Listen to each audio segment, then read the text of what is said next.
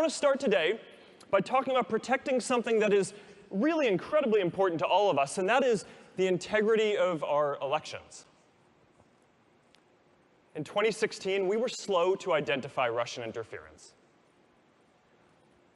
We expected more traditional cyber attacks like phishing and malware and hacking, and we identified those and notified the right people, but we didn't expect these coordinated information operations and large networks of fake accounts that we're now aware of. We deployed new AI tools that successfully identified and took down tens of thousands of fake accounts before they could do anything. We've traced the fake account network back to Russia and taken down their network. We're doing more.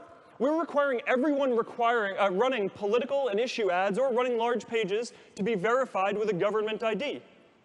By the end of this year, we will have 20,000 people working on security and content review at Facebook. Beyond elections, we are focused on fighting fake news more broadly. I also want to talk about data privacy. What happened with Cambridge Analytica was a major breach of trust. An app developer took data that people had shared with them and sold it. So we need to make sure that this never happens again. We need to make sure that we find any other bad apps that are out there. So we're currently in the process of investigating every single app that had access to a large amount of people's information before we made these big changes in 2014. We've also started putting a tool in front of everyone that shows them all of the apps that they are using and lets them easily remove access to the ones that they no longer want to use.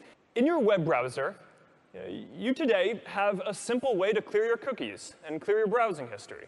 Right? And the idea is that a lot of sites need this data to work. You need cookies. But you should have the ability to go in and clear your history at any point that you want. So we're working on a version of this for Facebook too. It's a simple control where you can clear your browsing history, what you've clicked on, the websites you visited, and so on. And we're going to call it Clear History. And we're starting with something that a lot of people have asked about recently, and that's the information that we get from websites and apps who are using Facebook's advertising and analytics tools. So you're going to be able to use this tool to see the information about the apps and websites you've interacted with. You'll be able to clear all this information from your account, and you'll even be able to turn it off, having this information stored with your account going forward. So let's start with the Facebook app. We're rolling out something that we call Watch Party, which lets you watch video and chat with your friends. So let's say that your friend is testifying in Congress. For example, there are 200 million people on Facebook who list themselves as single, so clearly there's something to do here. And if we're focused on helping people build meaningful relationships, then this is perhaps the most meaningful of all. So today, we are announcing a new set of features coming soon around dating.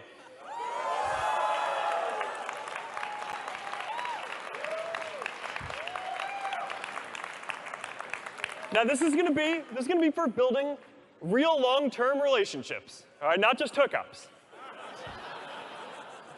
It's going to be in the Facebook app, but it's totally optional. It's opt-in. If you want, you can make a dating profile. And I know a lot of you are going to have questions about this, so I want to be clear that we have designed this with privacy and safety in mind from the beginning.